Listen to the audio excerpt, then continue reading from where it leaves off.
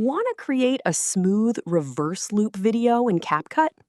In this quick tutorial, I'll show you how to make your video play backward in an endless loop effect. First, open CapCut and select your project. Now, tap on your video clip and duplicate it.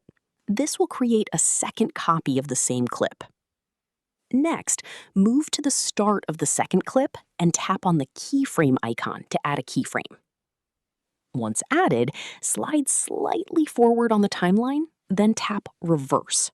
CapCut will now start processing and reversing your clip.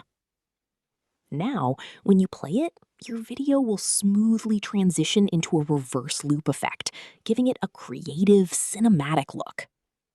If you want an even smoother result, you can adjust the clip timing slightly so both parts blend nicely together. And that's how you reverse loop videos in CapCut.